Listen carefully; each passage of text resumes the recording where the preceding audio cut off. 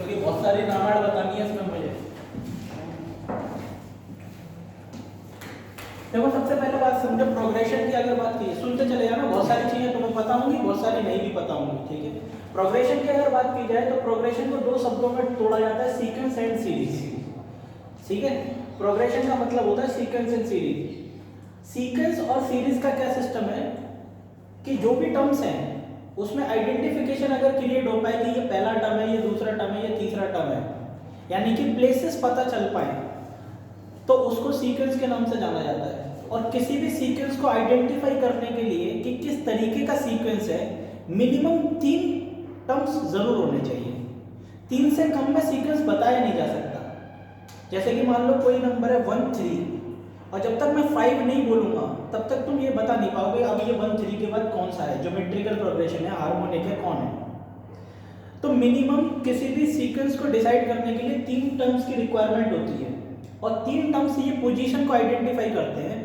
First position का term, second position का term, third position का टर्म, और इन तीनों की हेल्प से जो भी पैटर्न बनकर आता है उसकी हेल्प से आगे के टर्म्स बनते चले जाते हैं।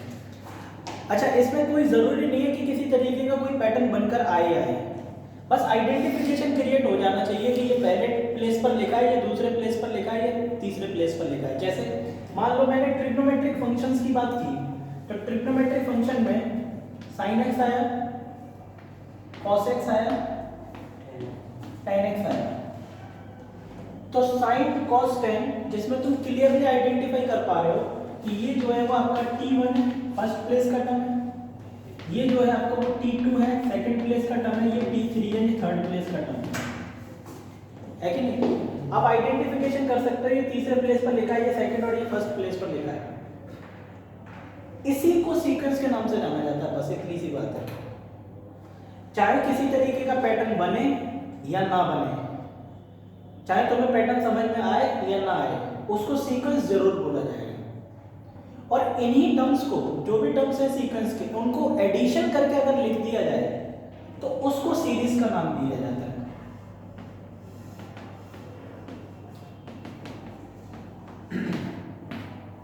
तो अगर फंडामेंटली तुमसे कोई कहता है कि सीक्वेंस एंड सीरीज में बेसिक डिफरेंस क्या है, तो बेसिक डिफरेंस केवल एक बात का है कि सीक्वेंस में जो टर्म्स लिखे होते हैं वो कॉमा करके लिखे जाते हैं, पहला टर्म, दूसरा टर्म, तीसरा टर्म, चौथा टर्म, और सीरीज में वही टर्म्स ऐड करके लिख दिए जाते हैं।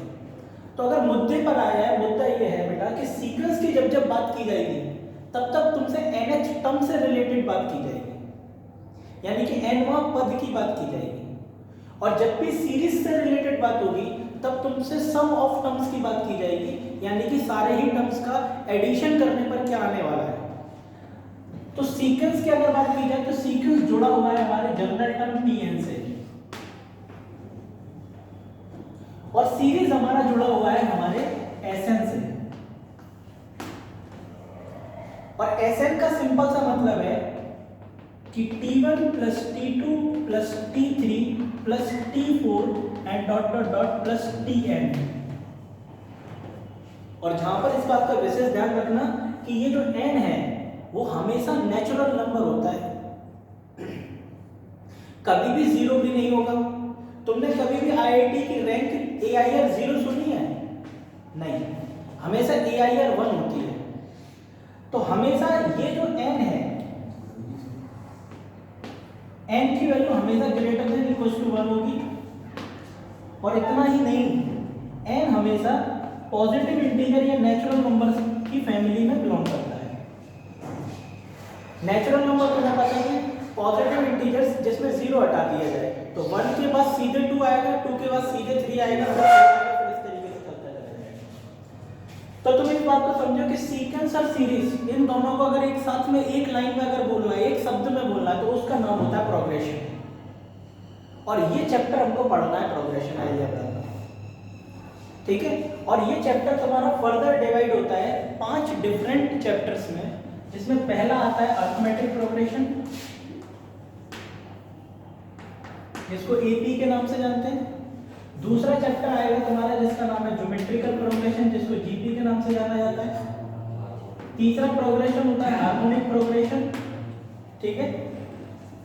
चौथा आपका प्रोग्रेशन होता है AGP, जिसको अर्थमेटिक को ज्योमेट्रिकल प्रोग्रेशन के नाम से जाना जाता है। मतलब अर्थमेटिक को ज्योमेट्रिकल प्रोग्रेशन मतलब एपीजीपी दोनों क्लब हो जाएंगे साथ में। तुम क्या देख रहे हो उधर? मैं पढ़ के आया हूँ, टेंशन नहीं लो, बंद करो इसे किताब।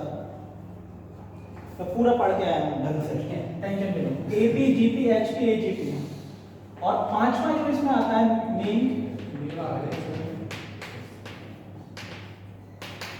ये मिसलेनियस सीरीज है। और इसी ये 5 टॉपिक्स हैं जो हमको पढ़ने हैं और इन्हीं में कुछ और भी टर्म्स आते हैं। तो एक एडिशनल आर्टिकल होता है जो बहुत इंपॉर्टेंट आर्टिकल है, relation between arithmetic mean, geometrical mean and relation between am GM HM. ठीक है, ये एक सेपरेट आर्टिकल समझ लो और इस पर धुआंधार क्वेश्चन पूछे जाते हैं आईआईटी में, मतलब ठीक ठाक लेवल पे क्वेश्चन इसमें आते हैं। अच्छा, ये कोई अलग से चैप्टर नहीं है, लेकिन ये अलग से एक आर्टिकल है जिस पर हमें बहुत फोकस करके समझनी है चीजें, क्योंकि इस पर बहुत सारी चीजें बेस्ड होती हैं। इवन कैलकुलस में भी बहुत अप्लाई होता है एएम जीएम एचएम का कॉन्सेप्ट और खूब क्वेश्चन पूछे जाते हैं। तो मेन अंडरस्टैंडिंग पर प्रोग्रेशन को अगर डिवाइड किया जाए तो ये 6 चैप्टर्स निकल के आए इस तरीके से, या 6 आर्टिकल्स डिफरेंट निकल कर आ रहे हैं। और ध्यान से समझ लेना, जैसे कि कोऑर्डिनेट ज्योमेट्री में हमारे साथ हुआ था कि टेंजेंट की इक्वेशन हमने पैराबोला पर भी पढ़ी थी, इलिप्स पर भी पढ़ी थी, हाइपरबोला पर भी पढ़ी थी। सेम कुछ टॉपिक्स सब में कॉमन हो जाएंगे। मतलब जर्नल टर्म एपी का, जर्नल टर्म की बात यहाँ भी की जाएगी, जर्नल टर्म की बात यहाँ भी की जाएगी, जर्नल टर्म की बात यहाँ भी की जाएगी, एसएन की बात यहाँ भी की जाएगी, एसएन की बात यहाँ भी की जाएगी, यहाँ भी की जाएगी, अर्थमेटिक मीन की बात यहाँ की जाएगी, ज्योमेट्रिकल मीन की बात यहाँ की जाएगी, हार्मोनिक मीन की बात यहाँ की जाएगी, inserting arithmetic mean between 2 numbers की बात यहाँ भी की जाएगी, यहाँ की जाएगी, ज्योमेट्रिकल मीन की यहाँ की जाएगी, हार्मोनिक मीन की। तो तुम ये समझ लो कि ये चैप्टर्स, एक चैप्टर तुमने ढंग से पकड़ लिया तो वही सारे आर्टिकल्स अगले चैप्टर में आएंगे, वही उससे अगले में, फिर उससे अगले में, उससे अगले में, और ये पूरा सिस्टम तैयार होते हुए पूरा मिसलेनियस पे जाकर हम लोग खत्म होंगे। और मिसलेनियस एक ऐसी चीज है जहां पर तुम्हें 2 डिफरेंट चीजें सीखनी पड़ेगी, जिसका नाम है एक तो सिग्मा और एक पार्शियल फ्रैक्शन।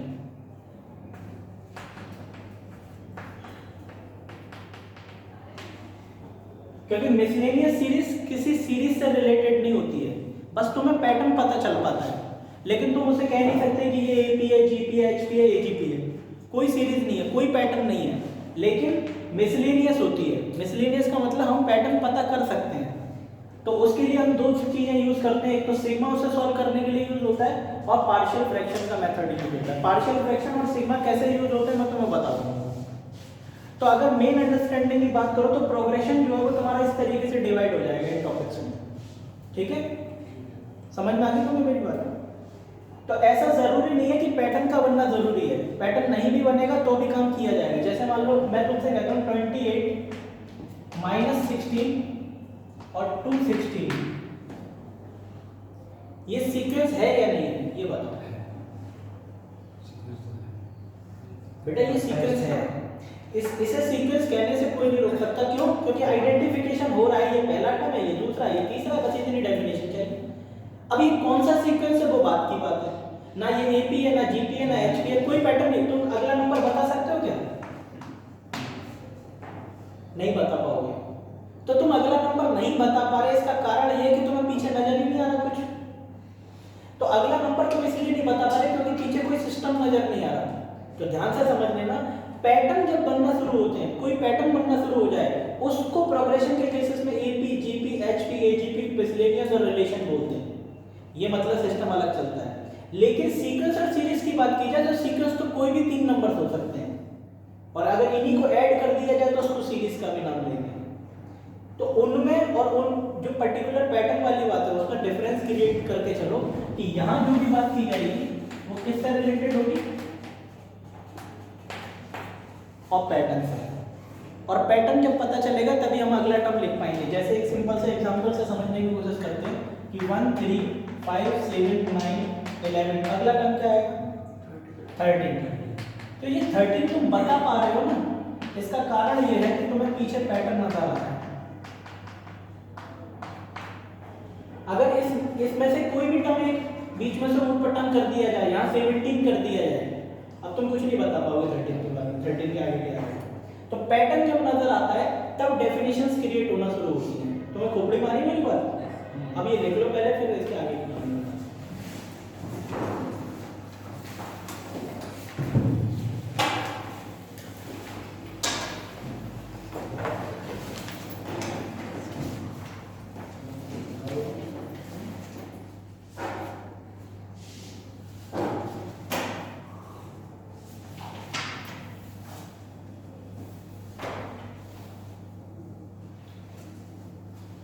व्हाइट पहना दिया है लोगों ने, चाय वाय गिर जाओ तो कितनी दिक्कत हो जाएगी।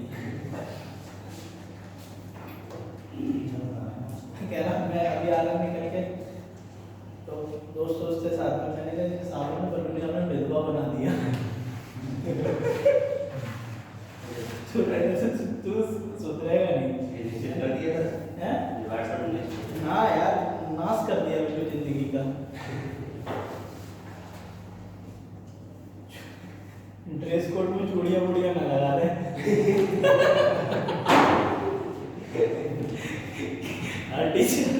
टीचर बन गया है।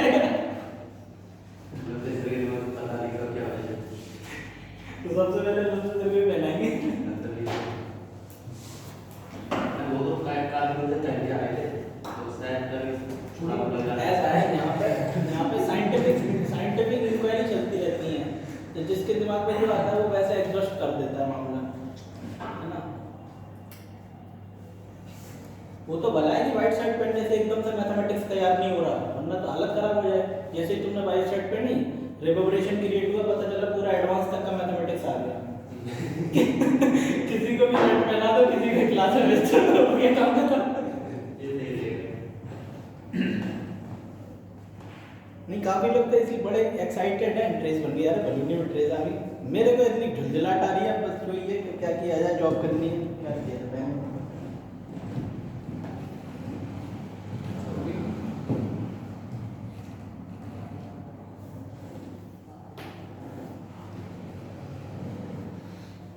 साला वीडियो में भी रिकॉर्ड हो गया ये चले से पड़ रहा है।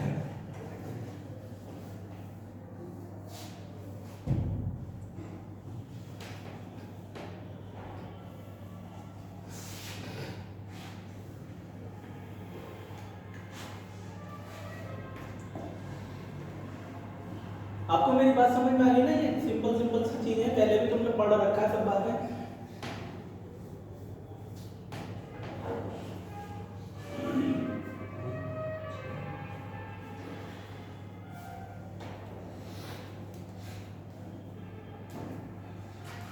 कल किसका फोन आया, कॉल आया था तुम्हारे में से? आपने कॉल किया था? सही, मैंने पता कर लिया जिंदा है कि मर गए। मैंने भी किया था। तुमने किया था? तुम्हारा नहीं आया था, इसके आया था। उनके बाकी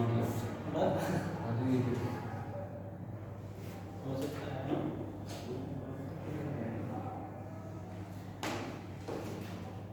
घर पे जाके ना आलस आ जाता है। वो तो मैं कल निकल आया, वरना आज भी दिक्कत हो जाती है। मैंने मम्मी अब मैं जा रहा हूँ, दिक्कत हो जाएगी, कल नौटंकी होगी तो।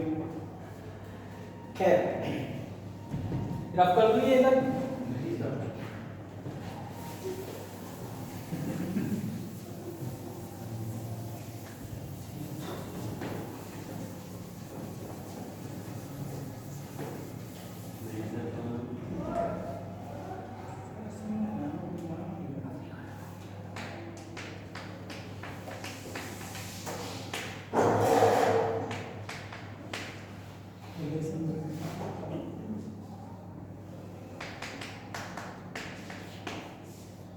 देखो मेरी बात को समझने की कोशिश करो, यहाँ पर इधर ध्यान से देखो।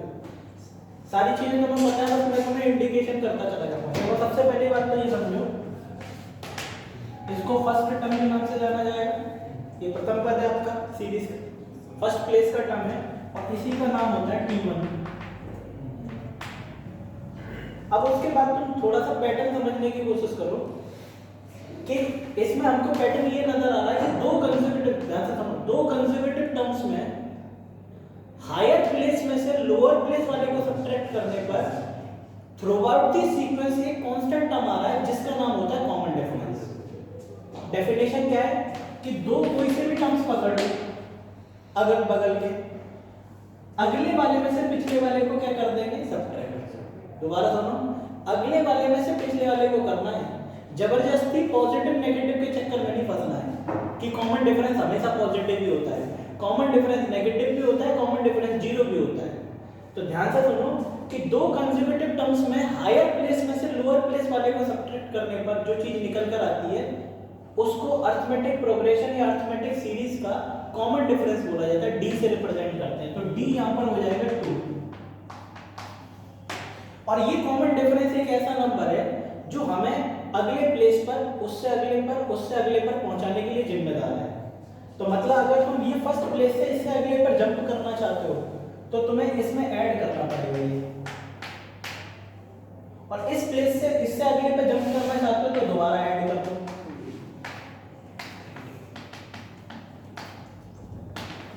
और ये स्थिति चलती चली जाती है, ठीक है। डी एक ऐसा नंबर है जो अगले प्लेस पर तुम्हें जंप करा रहा है, मतलब तुम आगे की तरफ जब बढ़ोगे लास्ट की तरफ तो हर बार डी ऐड करना पड़ेगा। तो दिमाग दौड़ाओ, कहीं ना कहीं ये आपका सेकंड प्लेस का टर्म हो गया, ये आपका थर्ड प्लेस का टर्म है और ये आपका फोर्थ प्लेस का टर्म है। तो अगर जनरल टर्म की इसमें बात करें तो तुम फोर्थ प्लेस पर खड़े हो, ध्यान से तुमसे चलना, तुम फोर्थ प्लेस पर खड़े हो तो कॉमन डिफरेंस में 3 मल्टीप्लाई हो रहा है और प्रथम पद ऐड हो रहा है। तुम थर्ड प्लेस पर खड़े हो तो कॉमन डिफरेंस में 2 मल्टीप्लाई हो रहा है।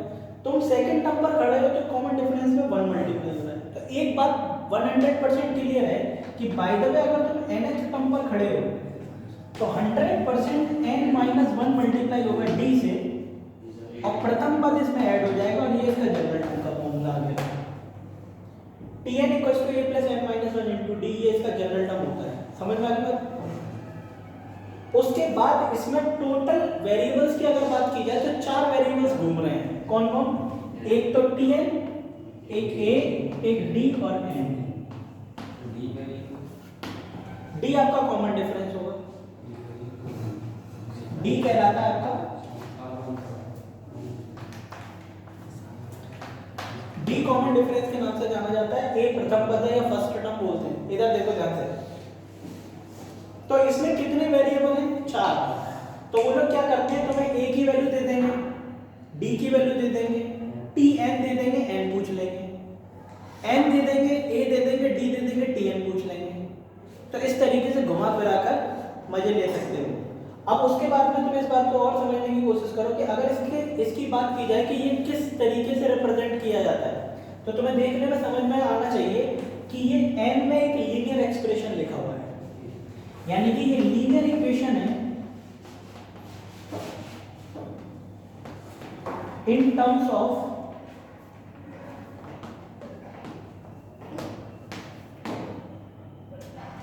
ये लीनियर इक्वेशन है इन टर्म्स ऑफ n। अब इसका क्या फायदा है? इसका ये फायदा है बेटा कि अगर इसको थोड़ा सा सिंप्लीफिकेशन किया जाए तो तुम्हें समझने में ये दिक्कत नहीं आनी चाहिए कि इसी Tn को लिखा जा सकता है a - d + nd।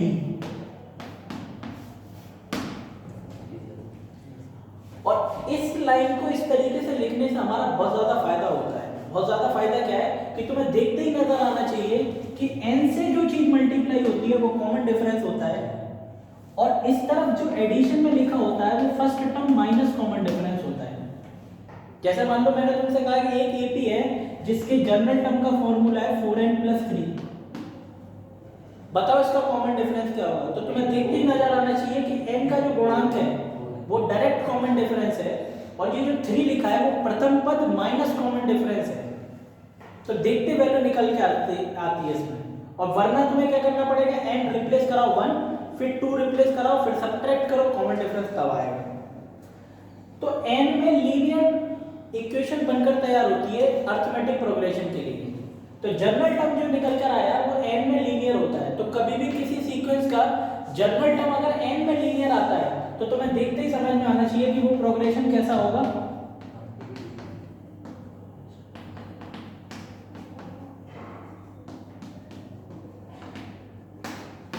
वो प्रोग्रेशन अरिथमेटिक प्रोग्रेशन होगा अगर n में लीनियर इक्वेशन बनकर तैयार होगी, जिसमें n का जो गुणांक है वो कॉमन डिफरेंस को इंडिकेट करता है और n की पावर 0 का जो गुणांक है वो प्रथम पद माइनस कॉमन डिफरेंस को इंडिकेट करता है। आगे बात समझ में? लिख लो भाई ऐसे सब चीजें।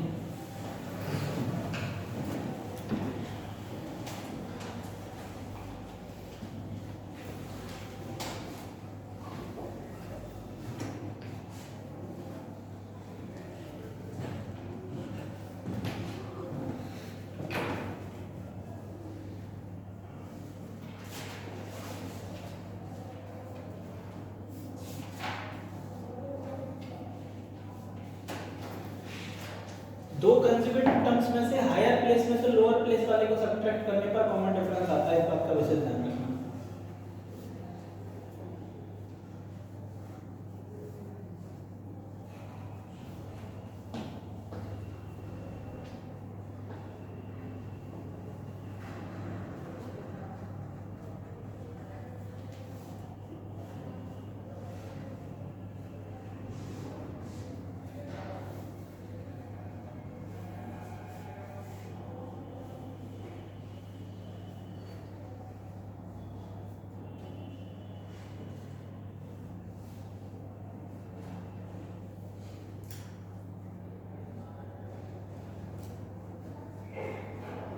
तुम ध्यान से समझ लेना, जितना धीरे धीरे चल रहा हूँ उतना तेज से उड़ा दूंगा इसको मैं, ठीक है? तो तसल्ली से सुनते चलना मेरी बातों को ध्यान से, केवल नींव रखते वक्त धीरे धीरे चल रहा हूँ। आज और कल, परसों से फिर इसमें राजधानी बन जाएगी।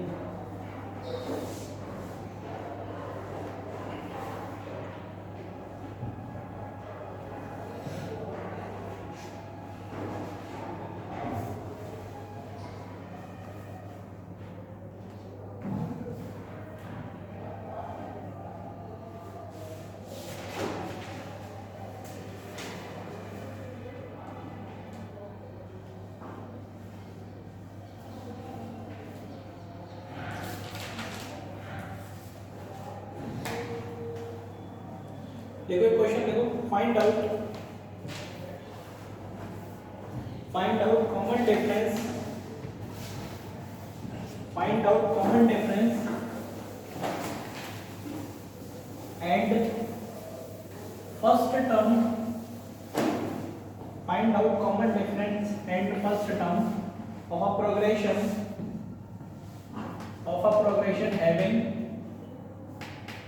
having general term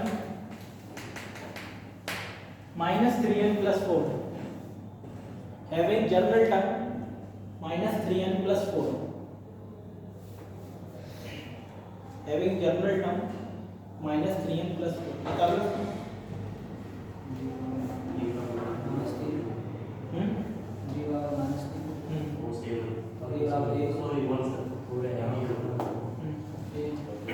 बेटा सीधे सीधे कंपेयर कराएंगे इसको, Tn बराबर a minus D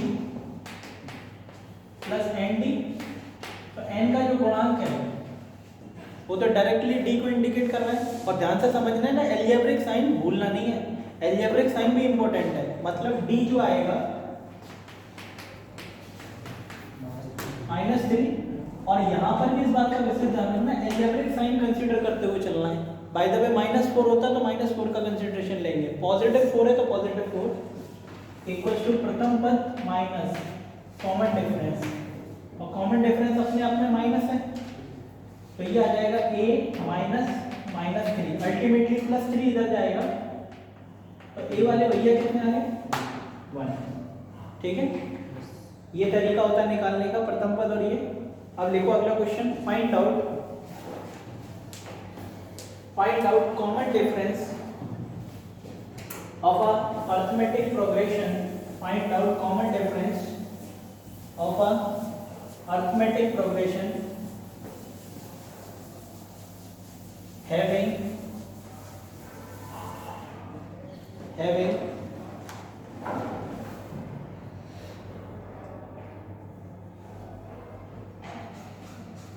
t6 equals to 24, having t6 equals to 24 and first term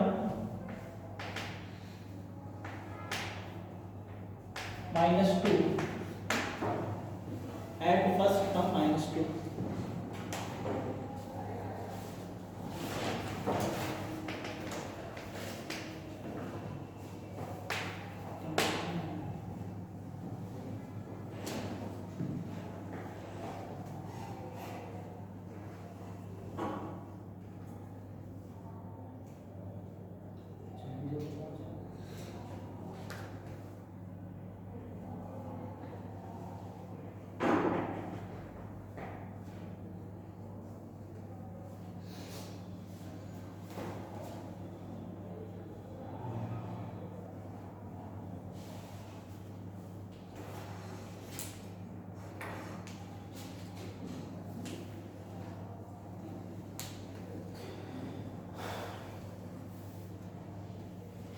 ठीक है, सीधी सीधी बात है।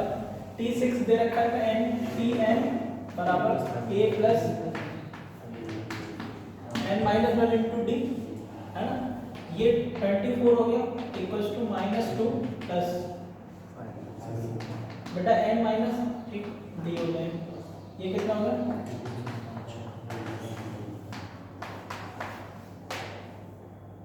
इसको बंद कर लो, देखने में अच्छा लगेगा। ठीक है ना। इस तरीके से क्वेश्चंस पूछे जाएंगे, ऐसे पूछे नहीं जाएंगे, मतलब ऐसे रहती हैं चीजें। यहाँ तक बात होगी। अब इसमें इस बात को समझने की कोशिश करो कि एपी में अरिथमेटिक प्रोग्रेशन में कुछ प्रॉपर्टी आपको समझनी है। कुछ प्रॉपर्टी से रिलेटेड क्या बातचीत है?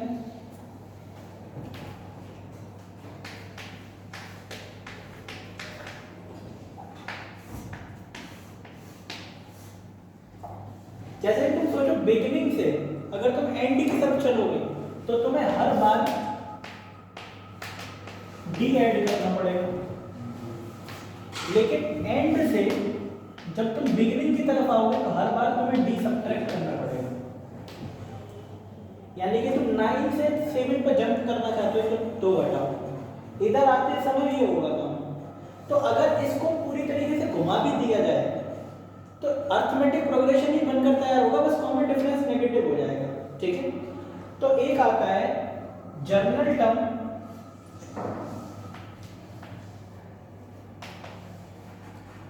Of AP from and. General term of AP from and, and से जनरल टर्म की बात करेंगे। तो तुम एक बात बताओ, जब इस तरीके से चलते चलते चलते लास्ट जो टर्म आएगा हमारा, यही प्रथम पद हो जाएगा हमारे लिए। इसको जब घुमा के इस तरीके से लिखोगे तो लास्ट टर्म जो है वही तो फर्स्ट टर्म हो गया फिर, और कॉमन डिफरेंस हो गया नेगेटिव। तो लास्ट से आरएच टर्म अगर पूछा जाए कभी, जैसे मैं तुमसे कहूं लास्ट से आरएच टर्म बताओ, तो टी आर डैश बोलते हैं इसको। टी आर डैश का मतलब क्या है कि एंड से आरएच टर्म की बात हो रही है, और r-1 में कॉमन डिफरेंस जो मल्टीप्लाई होगा वो -d होगा, और प्रथम पद अब तुम्हारा m हो जाएगा। लिख लो, ये फॉर्मूला होता है।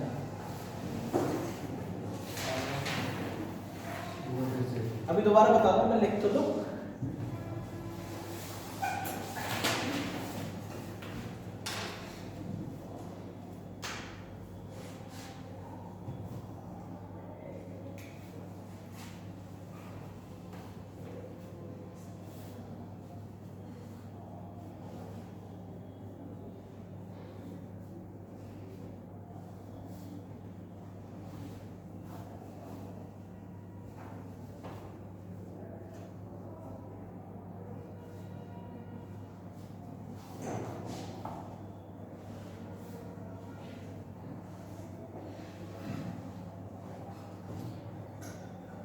लास्ट से एंड से आर एच टर्म का फॉर्मूला होता है L plus r-1 into -d।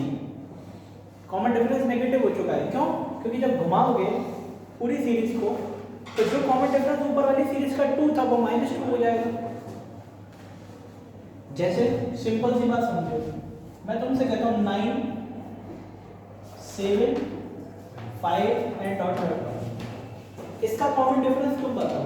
तो कॉमन डिफरेंस निकालने का तरीका वही रहेगा, कि दो कंसेक्यूटिव टर्म पकड़ो लेकिन अगले वाले में से पिछले वाले को ही घटाना है, तो 5 में से जब 7 जाएगा तो कॉमन डिफरेंस वही आएगा -2।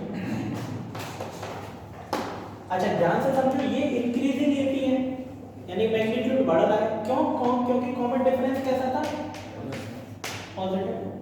यहाँ कॉमन डिफरेंस है नेगेटिव, तो तुम सोचो जैसे जैसे आगे जाओगे मैग्नीट्यूड कम हो जाएगा, तो इसको कहा जाता है डिक्रीजिंग एपी, जब कॉमन डिफरेंस नेगेटिव होता है, और इसको कहते हैं इंक्रीजिंग एपी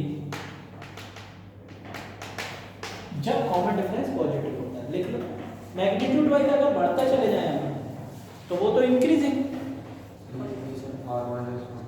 r-1 जी जनरल टर्म का फॉर्मूला होता ना a + r-1 × d, n होता था बस वहाँ पर, बस मैंने तुम्हारा लिखना पीछे से rh टर्म ले लिया।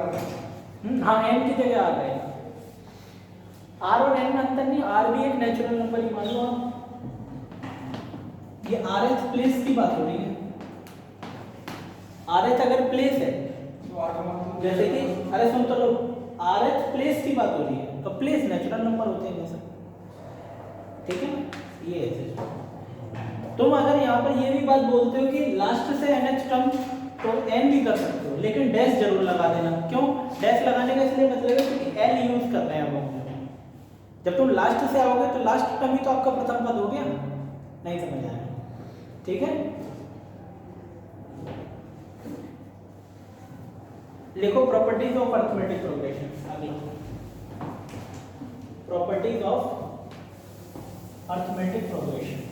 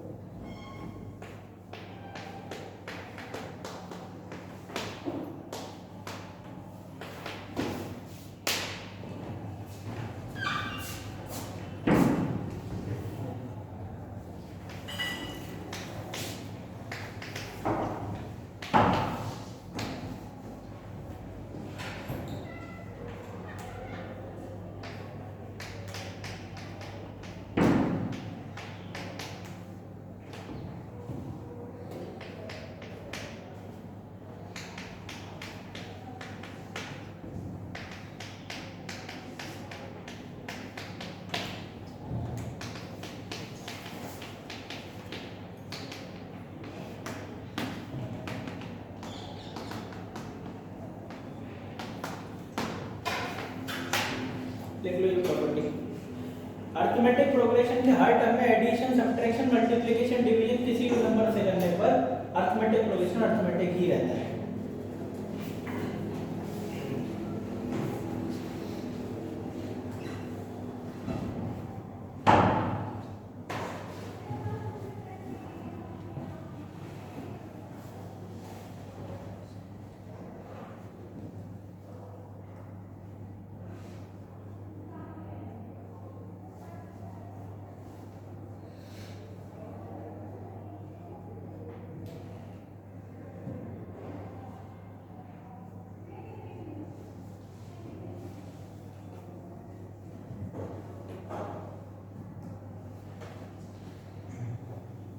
ठीक है ना।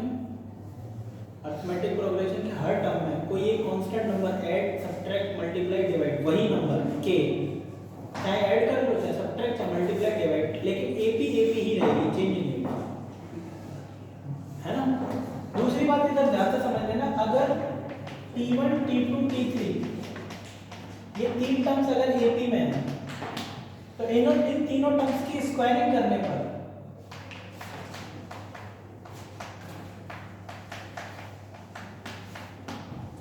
ये नॉट इन एपी हो जाएगा, ठीक, लिख लो 1 का स्क्वायर 1, 3 का स्क्वायर 9, 25, अब नहीं है एपी, खत्म हो गई, ठीक। जीपी में लेकिन बनेगा ये मामला, इसलिए बता रहा हूँ, जीपी जीपी ही रहती है अगर स्क्वायरिंग करोगे तो स्क्वायरिंग करने पर हुआ क्या, तुमने एपी के फंडामेंटल स्ट्रक्चर को ब्रेक डाउन कर दिया, कॉमन डिफरेंस वाली प्रॉपर्टी फॉलो नहीं हो रही। और कॉमन डिफरेंस वाली प्रॉपर्टी नहीं फॉलो हो रही तो इट मीन कि ये एपी की कैटेगरी से बाहर चला गया। सीक्वेंस है लेकिन एपी नहीं है। समझ में आ गई बात? तो ये तो इसकी कुछ प्रॉपर्टीज थी वैसे। अब इसकी जो सबसे मेन प्रॉपर्टी है वो क्या है वो समझो, जिस पर पूरा का पूरा चैप्टर बेस्ड है एक तरीके से।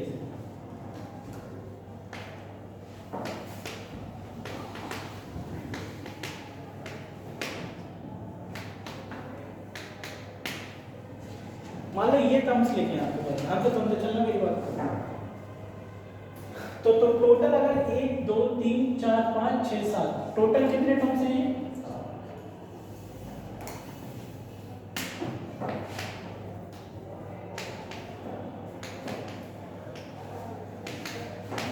7 टर्म्स लिखेंगे, 7 टर्म्स लिखेंगे। तो कहीं ना कहीं तुम्हें ये बात समझने में दिक्कत नहीं होनी चाहिए कि ये तो प्रथम पद हो गया सीरीज और ये इसका हो गया अंतिम पद, इसको एल के नाम से जाना जाएगा। 7 टर्म्स है, जो 7वां पद निकालोगे तो 13 आएगा। तो मैं ये बात भी तुमने सीख रखी है कि यहाँ से इस तरफ जंप करना है तो हर बार 2 ऐड होगा, और अगर पीछे से इधर आओगे तो हर बार 2 सब्ट्रैक्ट होगा। तो इसकी एक बेसिक सी प्रॉपर्टी का निकल कर आती है कि जब तुम इन दोनों को ऐड करोगे तो कितना पाओगे? 14। इन दोनों को ऐड करो, इन दोनों को ऐड करो और 7 को 2 बार ऐड करो, 14 मिला। तो ये प्रॉपर्टी क्या है कि अरिथमेटिक प्रोग्रेशन एक ऐसा प्रोग्रेशन है जिसके जिसकी बिगिनिंग से RH टर्म और लास्ट से RH टर्म का जो सम आता है वो पहले और लास्ट टर्म के सम के बराबर होता है। यानी कि बिगिनिंग से RH टर्म प्लस लास्ट से RH टर्म का सम बराबर आएगा A प्लस L। ये फंडामेंटल प्रॉपर्टी है, देख लो।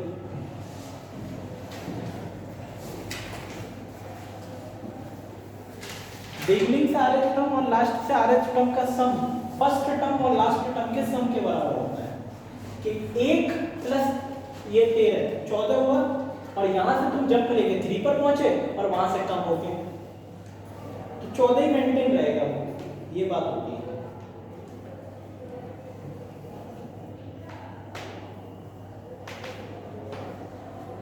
और इसका डेरिवेशन भी किया जा सकता है आसानी से ना, अभी करा देते हैं।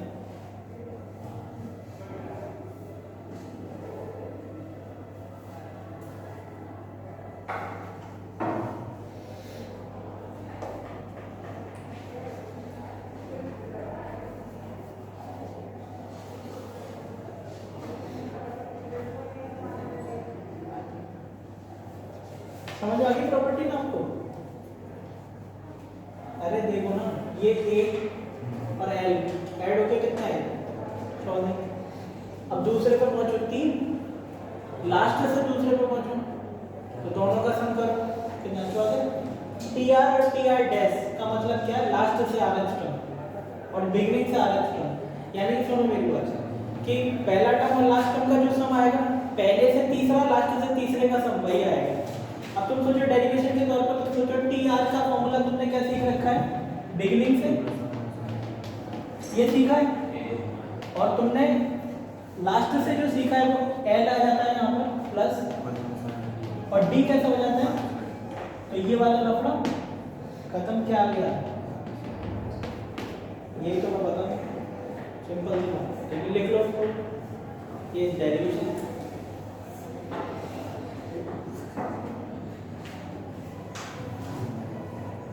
अरे डेरिवेशन ही तो है, और क्या गलत थोड़ी ना है, ये ऐसी तारा है। तो लास्ट से बिगिनिंग से RH टर्म, ये first term plus last term के सम के बराबर।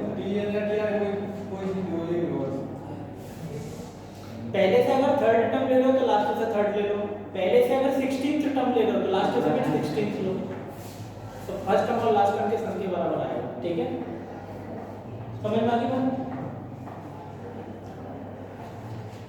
लिखो अगला इसमें आर्टिकल,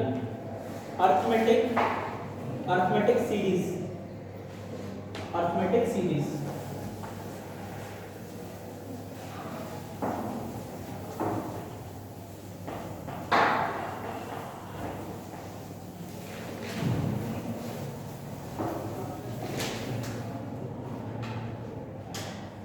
अच्छा ध्यान से सुनते चलना इधर।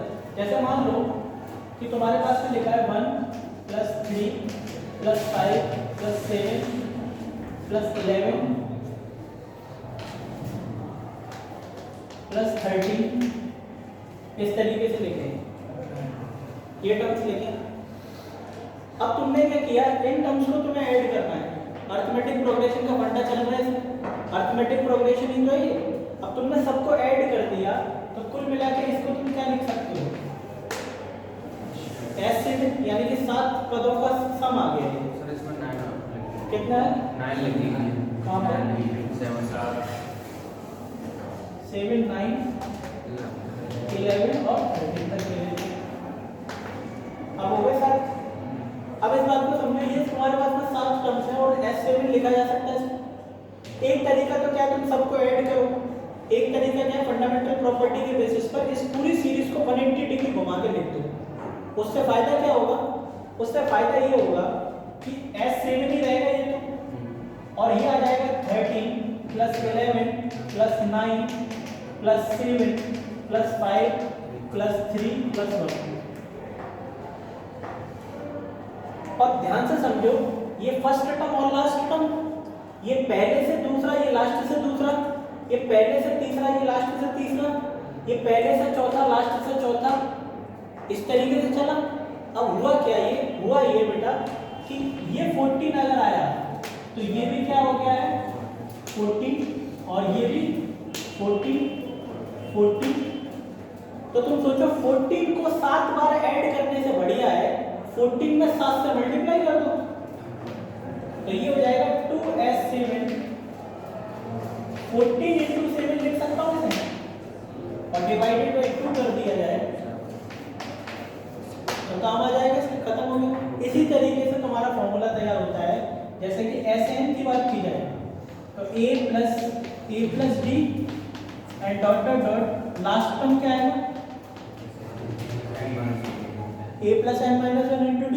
इस पूरी सीरीज को 180 डिग्री घुमा के नीचे लिख दो तो Sn, a के नीचे क्या मिलने वाला है आपको, तो तुम सोचो a + n - 1 × d कितने टाइम्स आने वाला है, n टाइम्स। तो कुल मिला के a + n - 1 × d मैं किससे मल्टीप्लाई कर दूं, n से, और 2 से कर दो डिवाइड, और ये तुमने फॉर्मूला पढ़ा होगा n/2 कोष्टक में 2a लिख लो। समझ में आ गया बात है मेरी आपको। तो ये फंडामेंटल, इसका जो बेसिक है, और ये इसका जनरलाइज्ड डेरिवेशन है, ठीक है। तो पहले मैंने वो बता दिया जिससे तुम्हें क्लियर शॉर्ट हो जाए, और ये रटा ले।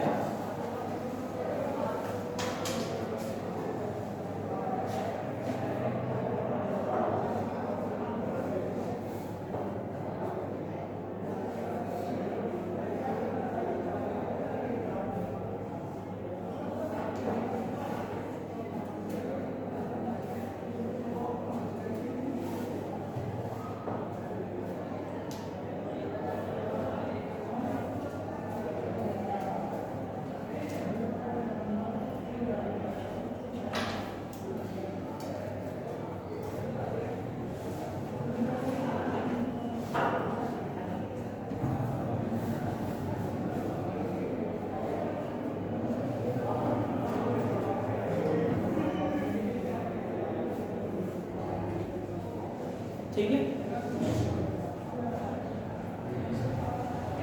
अब इसकी थोड़ी सी मतलब सीटी स्कैन करते हैं इसका।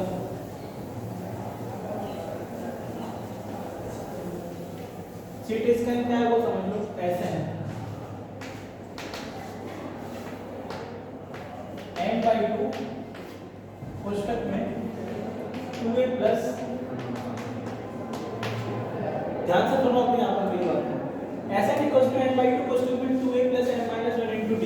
तो मैं एक बात सोचो, किसी सीरीज में अगर n ही टर्म्स हैं, किसी सीरीज में अगर n ही टर्म्स हैं, तो ये जो लिखा हुआ है क्या ये लास्ट टर्म को इंडिकेट नहीं करेगा?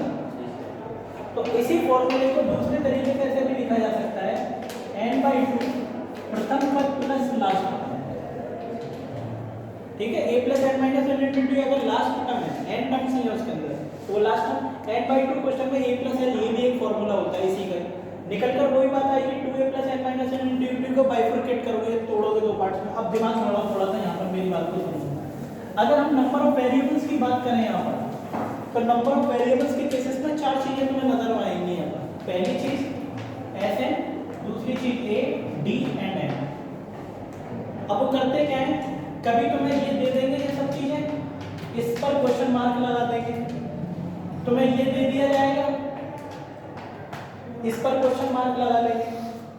तो इस तरीके से डिफरेंट तरीके से क्वेश्चन बनाए जा सकते हैं कि तुम्हें एक भी दे दिया जाएगी, प्रथम पद दे दिया, कॉमन डिफरेंस दे दिया, उसमें 16 टर्म है, बताओ ऐसे कितना आएगा। ये सब बचकाने क्वेश्चन पूछे जाते हैं। लेकिन हमारा मुद्दा वो नहीं है। हमारा मुद्दा ये है कि हमें Sn दिया जाए तो हमें प्रथम पद और कॉमन डिफरेंस कैसे पकड़ में आएगा, उसके लिए तुम्हें इसकी एनालिसिस करनी पड़ेगी। और ध्यान से समझो, जो तुम्हारा जर्नल टर्म था AP, वो n में लीनियर था, जबकि ये क्वाड्रेटिक बन गई।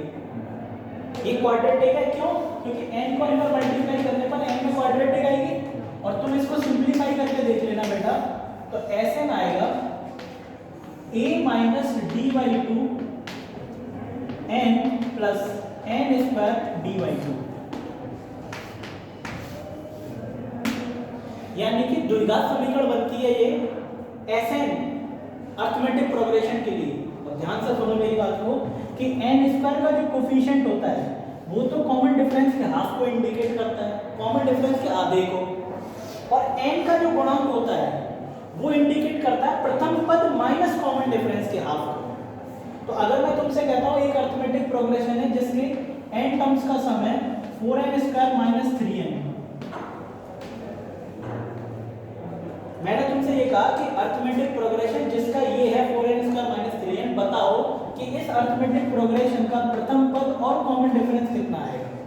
तो तुम क्या करो, डायरेक्टली कंपेयर कराओ। तो तुम्हें खोपड़ी में आनी चाहिए कि n स्क्वायर का जो गुणांक है वो कॉमन डिफरेंस का आधा होता है, तो कॉमन डिफरेंस का आधा कर दो 4, तो d तो तुम देखते ही नजर आ गया 8। अब रही बात n के गुणांक की, तो n का गुणांक 3 नहीं है, n का गुणांक है -3, तो -3 बराबर आ गया प्रथम पद माइनस कॉमन डिफरेंस का आधा, और कॉमन डिफरेंस का आधा कितना है 4। देखते ही एक लाइन में आंसर आता है फिर, वरना तुम इसमें ठीक ठाक गच्चे में घुसोगे लंबे। देख लो इसको, ये क्वाड्रेटिक इक्वेशन होती है या क्वाड्रेटिक एक्सप्रेशन के नाम से भी बोल सकते हैं। ये सब ऑब्जेक्टिव पेपर की फर्स्ट ट्रिक्स हैं।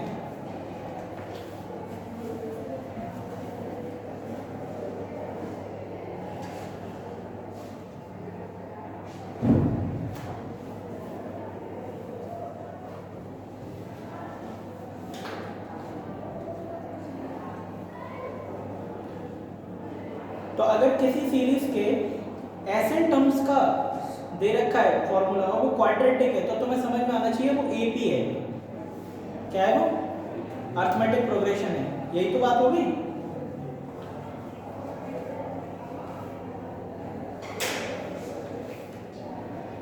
कोई कंफ्यूजन नहीं आता? लिखो अगला इसमें,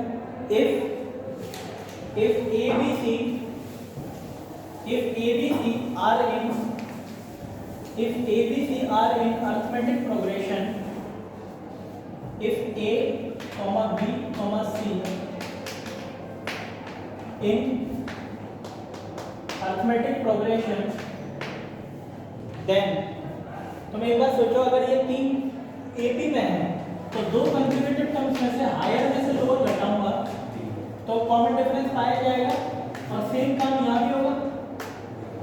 तो कॉमन डिफरेंस की अगर बात की जाए तो लिख नहीं सकता इसको b माइनस ए बराबर c माइनस b,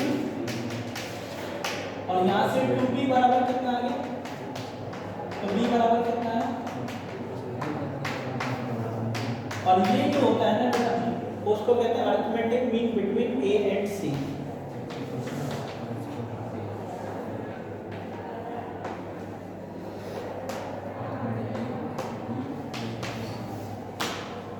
तो ए और सी के बीच में पाया जाने वाला जो है उसको अरिथमेटिक मीन के नाम से जाना जाता है।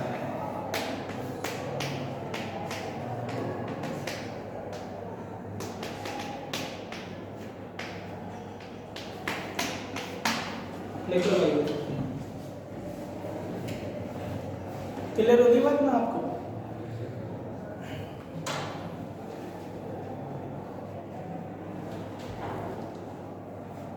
तो दो नंबर्स का अरिथमेटिक मीन निकालने का तरीका भी तुम्हें पता ही है, सीधे सीधे क्या होता है, दोनों को ऐड करके 2 से डिवाइड कर दो। और ये आता कैसे, fundamental property of common difference है कि दो कंसेक्यूटिव टर्म्स में से हायर में से लोअर वाले को सब्ट्रैक्ट करना है, हायर प्लेस में से लोअर वाले को सब्ट्रैक्ट करना है, that is known as common difference. Generalise structure तुम्हें पता होना चाहिए सारी चीजों का।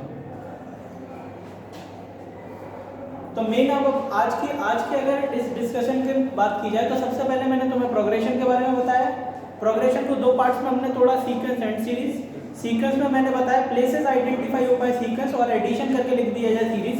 सीक्वेंस हमारा डिपेंड करता है जनरल टर्म पर, उससे निकलने वाली चीजों में हम बात करते हैं जनरल टर्म से रिलेटेड, और अगर उसे सीरीज में कन्वर्ट कर दिया जाए तो हम सम ऑफ टर्म्स की बात करते हैं, ठीक है ना, ये सिस्टम चलता है। उसके बाद अरिथमेटिक प्रोग्रेशन की फंडामेंटल प्रॉपर्टी कॉमन डिफरेंस होती है, स्टैंडर्ड अपीयरेंस पता चल गया, जनरल टर्म के बारे में पता चल गया from the beginning to the end और एंड टू बिगिनिंग, ठीक है। उसके बाद कुछ प्रॉपर्टीज हमने देखी कि लास्ट टर्म और फर्स्ट टर्म का सम पहले से आरएच और लास्ट से आरएच टर्म के सम के बराबर आता है, उसी पर ये पूरा का पूरा एसएन का डेरिवेशन बेस्ड है।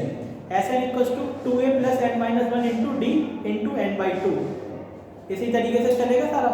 a + l और ये क्वाड्रेटिक वगैरह की जो चीजें बताई हैं ये सब दिमाग में रखनी है, और तुम ये मान के चलो ये बिल्कुल अभी सब बेसिक की बात चल रही है, ठीक है। धीरे धीरे करके 1-2 दिन बाद फिर हम इसमें और भी इंसर्टिंग अरिथमेटिक मीन की कुछ शॉर्ट ट्रिक्स और भी देखेंगे, ठीक है। ठीक, आज के लिए इतने रखते हैं।